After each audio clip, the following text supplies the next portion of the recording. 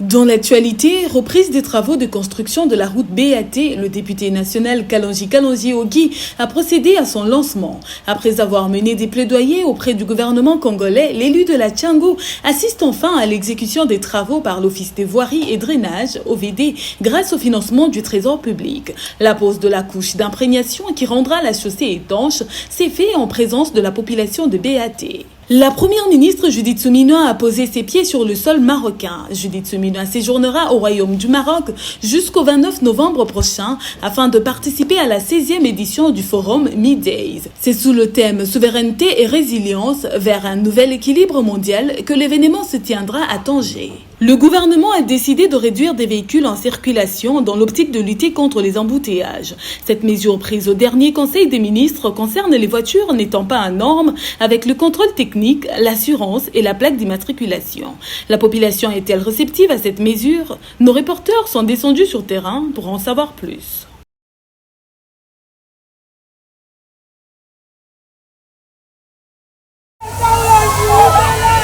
Chose promise, chose due. Depuis 2 semaines, les travaux ont débuté sur la route BAT. C'est le député national Kalonji Ogi qui a procédé ce lundi 25 novembre 2024 au lancement de la reprise de travaux de construction de cette artère.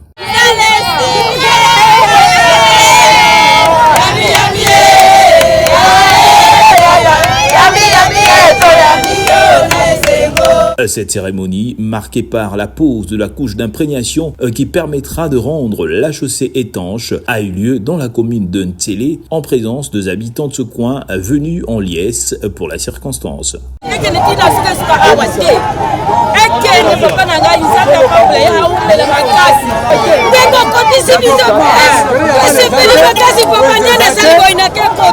Un ouf de soulagement pour cette population qui a longtemps souffert de l'impraticabilité de ce tronçon routier. Cela fait environ quelques mois que la population lançait un cri d'alarme aux autorités pour la reprise de travaux de cette route long de 2,5 km reliée au boulevard Lumumba. Nous remercions d'abord notre gouvernement. Ça fait déjà plus de 2 semaines depuis qu'on avait repris les travaux, mais on avance. On a déjà éteint 1 km pour la couche de base. Je crois que si là, de la fin de la semaine, on va mettre sous des bitumes. Soucieux de la population de la circonscription de Tchangou, l'honorable Kalonji Ogi a mené de plaidoyer auprès du gouvernement de la République et aujourd'hui, ses rêves deviennent une réalité. Le président de la République avait lancé les travaux de BAT par le biais de son ministre d'État, ministre aux infrastructures Alexis Guissaro, qui a été de passage ici pour lancer les travaux de cette route qu'on appelle ex-BAT parce que ça va désormais s'appeler Avenue Kalonji. Ça fait des décennies qu'il y a eu plusieurs promesses. Des gouvernements et des chefs d'État sont passés sans concrétiser les travaux de cette route. Aujourd'hui, nous sommes venus pour poser une couche de base, poser la colle enfin, de préparer l'arrivée du macadam comme on l'appelle. Donc, nous sommes très heureux de faire partie de cette histoire, que le président de la République ait compris, écouté notre plaidoyer pour cette population et nous sommes venus les célébrer. Par ailleurs, la figure de proue de Tchangou a rassuré la population de son implication pour la continuité de travaux de réhabilitation et de construction d'autres routes de la Tchangou. Le peuple passe d'abord par les infrastructures. Aujourd'hui, c'est pour la première fois dans l'histoire de la République démocratique du Congo d'enregistrer un taux aussi élevé d'infrastructures routières construites sur fond du gouvernement de la République. Et ça, c'est un sujet de joie. Après Terre Jaune, notre premier mandat aujourd'hui, BAT qui annonce très bien notre deuxième mandat, il y aura une série de routes, entre autres l'avenue Moukoko. Nous allons nous employer aussi pour la Deuxième République parce que cette route est à un état de délabrement très avancé. Nous allons nous impliquer pour que cette population retrouve la joie de vivre. Signalons que c'est l'Office de voiries et drainage, OVD, qui exécute ces travaux grâce au financement du Trésor public de la même manière que ceux de l'avenue Terre Jaune et Efobank.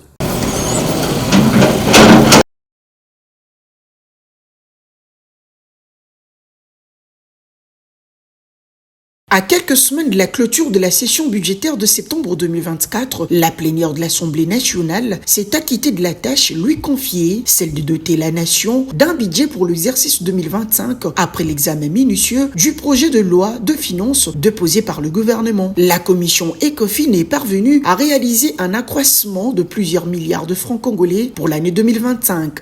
La commission ECOFIN a dégagé des recettes additionnelles au titre de la loi des finances 2025. Ces recettes, qui confortent l'effort de mobilisation interne, sont évaluées à 2000 milliards de francs congolais, une croissance de 24,1% par rapport à la loi des finances de 2024 et 13,7% comparativement à la loi des finances rectificatives de l'année. Pour sa part, le speaker de la Chambre basse du Parlement congolais, Vital Kamerhe, s'est vu très satisfait de prouesses réalisées par cette commission qui ont pris en compte les recommandations du président de la République. Vous avez suivi mes recommandations, qui sont celles de son Excellence, Monsieur le Président de la République, Félix-Antoine Tshisekedi Tshilombo, qui a fait dissociable et de la construction des infrastructures de base son combat, et ainsi donc dans la répartition de ces recettes additionnelles, je vous avais demandé de tenir compte de l'éducation, de la santé et de l'amélioration des conditions des fonctionnaires. Vous avez souligné quelque chose de très important, j'aimerais que tous les députés l'appuient. On a tué l'Office de route et l'OVD. Votre rôle ici, c'est de ressusciter ces deux entreprises de l'État. Il faut les ressusciter. Les élus nationaux s'y sont livrés au débat général quant à ces rapports, demandant plus de budget à l'agriculture et évoquant diverses questions liées aux problèmes de la population. Après débat enrichissant, examen du projet de loi de finances exercice 2024, article par article, la représentation nationale a, en respect de prescrits de la loi, voté pour ce dit budget revu à la hausse.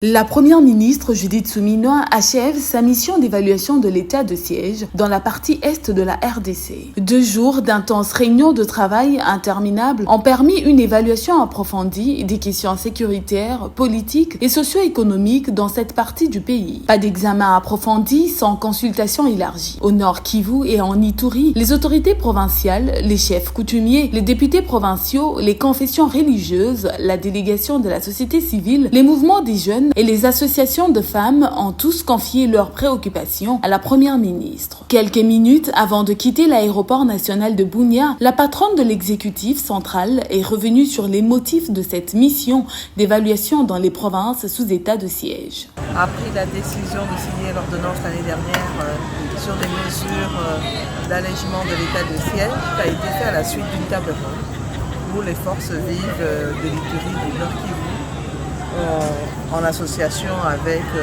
notamment les députés nationaux, les élus du peuple, ont discuté de cette question de l'état de siège et avaient proposé un certain nombre de recommandations. Donc c'est sur cette base-là qu'il y a eu cette ordonnance-là. Maintenant donc, le président de la République nous a donné l'instruction de venir et de pouvoir faire le point de situation.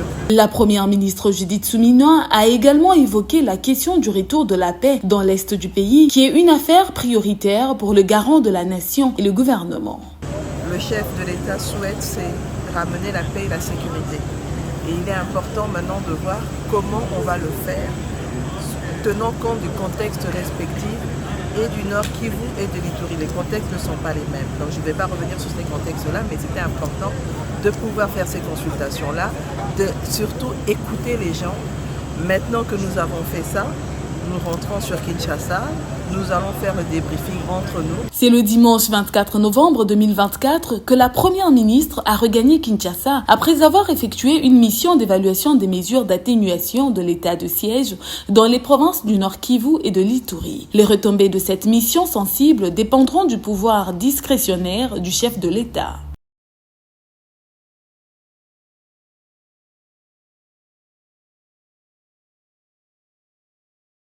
La première ministre de la République démocratique du Congo, Judith Suminwa, est arrivée le dimanche 25 novembre 2024 à Rabat en fin soirée, où elle a été chaleureusement accueillie par les autorités marocaines ainsi que le personnel de l'ambassade de la RDC dirigé par l'ambassadeur Henri Mangaya, un vétéran de la diplomatie congolaise. La première ministre séjournera au Royaume du Maroc du 24 au 29 novembre 2024 afin d'affirmer les relations bilatérales entre la RDC et le Royaume chérifien et de participer à la 16e édition du forum Midays. Cet événement annuel se tiendra à Tanger sous le thème Souveraineté et résilience vers une nouvelle équipe mondiale constituant une plateforme clé pour le dialogue stratégique entre dirigeants de pays du Sud. Créé en 2008, le forum Midays symbolise l'approche proactive du Maroc en matière de diplomatie et de coopération internationale, promouvant les intérêts et les visions de pays africains et arabes dans un contexte mondial de plus en plus multipolaire. La visite de la chef du gouvernement de la RDC intervient dans un contexte où les relations entre les deux nations sont marquées par une coopération renforcée, notamment sur le plan économique et diplomatique.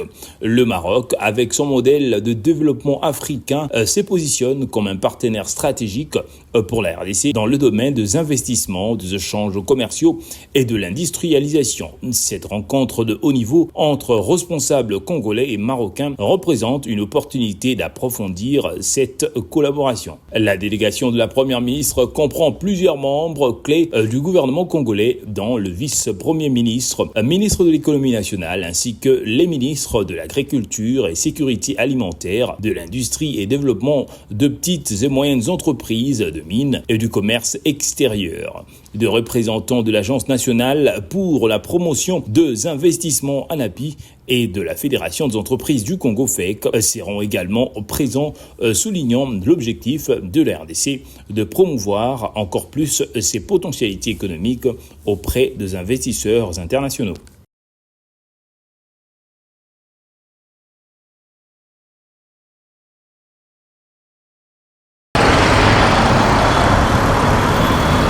La ville de Kinshasa est confrontée ces derniers jours à des embouteillages monstres. Pour lutter contre cela, le gouvernement envisage la réduction des véhicules en circulation à travers une opération de contrôle technique, assurance et plaque d'immatriculation qui sera diligentée par le gouverneur Daniel Bumba. C'était au cours du dernier conseil des ministres tenu le 22 novembre. Interrogé à ce sujet, les avis de Kinois restent partagés. Pour les uns, c'est une bonne mesure, il faudrait juste laisser passer les festivités de fin d'année. Majorité babisi ebele etambola etambola baplaque ya babata etambola bafo baplaque etambola babilo mobo ya bien te totandi babiso mema oyo bavole jaune eza te biso eye bazwi plaque mosusu batie mpona nini manevre mpe ya plaque edimina mboteyage bobakar mosusu ekobima na ntongo chauffeur wana azoyeba ne ye moko eza na pane me fale basala yango ayebisa kolo nango me ya ndimi abima abeta nao batoro azwa mbongo atia na poche ozomona so balikide bacamion oyo epola basali ba contrôle technique omonake mwa bambouteillage edimine mesure oyo leta azolinga azwa eza bien mais na temps oyo ekosimba te puisque ntan bafeti oyo badimine mituka ezalaka kuka ndenge eza boye ezalaka pasi mpona ntan bafeti oyo kosimba te wana esenga 2025 mpona temps oyo tukini. D'autres, par contre, ont donné un avis contraire et appellent les autorités de remettre la circulation dans le sens normal avec beaucoup de rigueur. Ça signifie que l'ongwa, attention à notre normal, mais bon, pas police, pas en là. Ndé ko simba. Pour l'ongwa le sens scénique, possible police pour tandi bango. Auto tamboula, ndenga bien. Bon, il peut s'embruma. Contrôle wana pe ko bouton on est le côté boucha ko sala kaka. Tout senga la gouverneur ya ville ya Kinshasa ba che pour le moment. Auto ba voter pour député provincial. Aluka ba mesure eza normal. Pour biso ba famille na biso ba mata ba mituka ka auto zo sala ba hausse de prix. S'agissant des pistes de solutions pour pallier à ce problème d'embouteillage, Emery Kalunda estime que la construction des nouvelles routes à Kinshasa permettront de régler cette situation. On a problème ya d'embouteillage na Kinshasa. problème ezali ya banzela ya mususu il faut bafongola banzela soki bafongoli banzela makambo ya embouteillage ekoti banzela otoza nango depuis Belge atika depuis 1960 na Kinshasa babakisi ata nzela mususu te embouteillage ekozala te na 1960 population ezalaki combien na Kinshasa lelo toza na 2024 toza population combien? Signalant que depuis le 27 octobre dernier, Kinshasa expérimente une circulation alternée à certaines heures de la journée. Il s'agit pour les autorités de tenter de trouver une solution pour ces embouteillages monstres.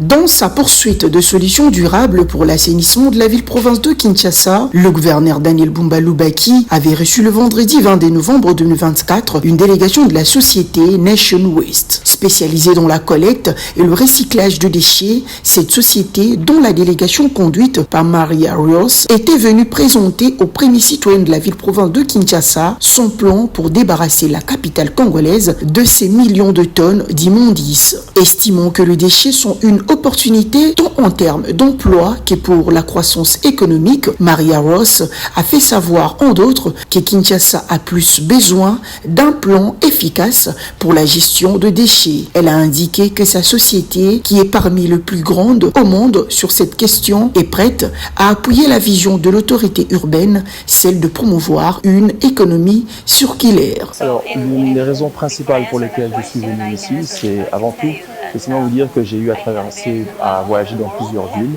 et aussi travailler dans la gestion des déchets, dans la transformation des déchets en énergie, des déchets en matériaux de construction.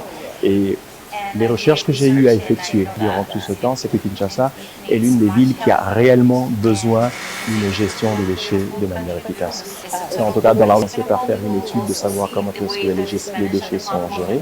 Deuxièmement, on va vérifier comment est-ce que vous travaillez en termes de gestion des déchets. Et sur base de ça, on va voir comment pouvoir créer un partenariat pour pouvoir travailler ensemble. Une fois que nous allons travailler ensemble, nous allons aussi faire appel à des experts des États-Unis afin qu'ils puissent davantage apporter la culture de l'enseignement pour savoir comment est-ce qu'il faut gérer correctement les déchets. Notons que Nation Waste est l'une des sociétés de services de collecte et de recyclage de déchets à la croissance la plus rapide au Texas, avec son siège social et ses principales opérations à Houston et ses opérations récemment étendues à Houston.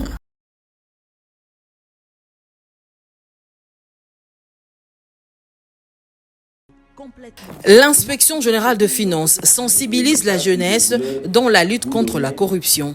Les élèves du lycée technique Bolingani de Kintambo ont passé une journée à l'inspection générale de finances pour s'imprégner du travail de ces services de contrôle et comprendre les enjeux de la lutte contre la criminalité financière, source de la misère collective. Pour réduire les dégâts de la corruption, il faut passer par l'éducation, il faut passer par la formation de la jeunesse. Voilà pourquoi aujourd'hui nous avions reçu la visite du lycée technique Bolingani de Kintambo avec plus de 100 élèves qui sont venus pour s'imprégner du travail que fait l'inspection générale des finances, dont nous en avions profité pour leur parler de la lutte contre la corruption, du défi de la corruption, de l'implémentation de la bonne gouvernance, pour qu'ils comprennent aujourd'hui que demain, lorsqu'ils arriveront au niveau de gérer les affaires de l'État, qui puissent avoir des valeurs d'intégrité, les valeurs morales, les valeurs de respectabilité des fonds publics, afin de permettre à notre pays d'aller de l'avant. Le tout a débuté par une visite guidée, après quoi les lycéens de Bolingani ont été sensibilisés par les inspecteurs de finances, chefs de brigade de recettes fiscales, Nicolas Mouya et Albert Loutete des dépenses publiques.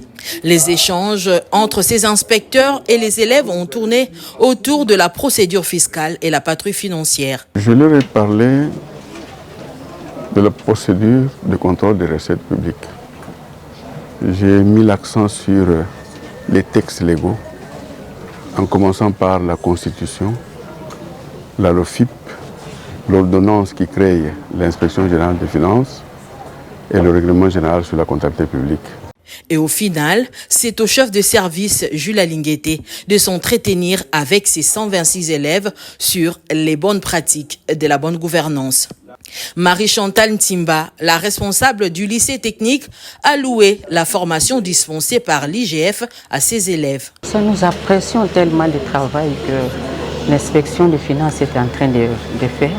C'est pourquoi, dès le bas âge déjà, nous voulons aussi qu'elle puisse s'imprégner et nous saisissons aussi cette occasion pour vraiment présenter nos civilités au chef de l'État en lui demandant vraiment de continuer à soutenir le chef. Les écolières qui ont bien reçu les enseignements s'engagent à leur tour à être de modèles dans la société. Premièrement, je vais essayer de les faire pour le pays. Lorsqu'on les fait pour le pays, on le fera bien. Mais lorsqu'on essaie d'utiliser notre intérêt personnel, cela nous pousse à pouvoir détourner le fonds de l'État. Ce que j'ai entendu aujourd'hui, je prends l'engagement de servir mon pays et d'être loyal, de ne pas voler les fonds de l'État, de remettre à l'État ce qui appartient à l'État et de m'appliquer à ce que dit la loi. Cette sensibilisation s'est faite conformément au thème des Nations Unies 2024-2025 qui veut l'intégration de la jeunesse dans la lutte contre la corruption.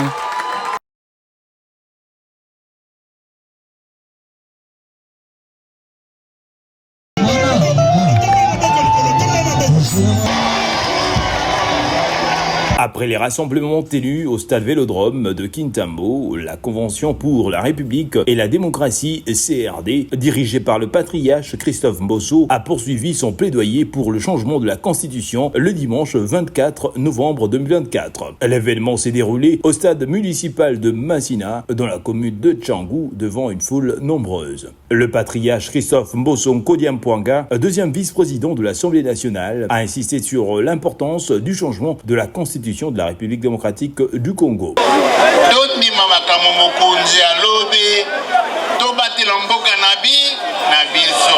Sinon, bana na biso, bakoku na biso bakotikala na pa na passé.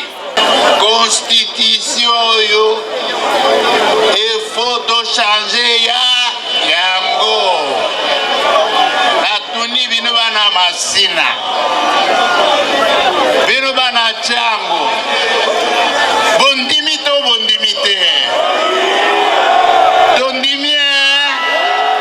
Selon lui, cette démarche est essentielle pour garantir que le pays soit dirigé par un véritable fils de la nation à la hauteur des aspirations du peuple congolais. Parmi les personnalités présentes, il y avait le vice-ministre de la Justice et du Contentieux international, Samuel Mbemba Kabuya, homme de masse et produit de son mentor Mbosso, qui a assuré la mobilisation. En tant que membre influent du Présidium de l'Union sacrée de la Nation, Christophe Mbosso demeure jusqu'ici le seul leader politique à s'être politiquement exprimé en faveur du changement de la Constitution souhaité par le président de la République.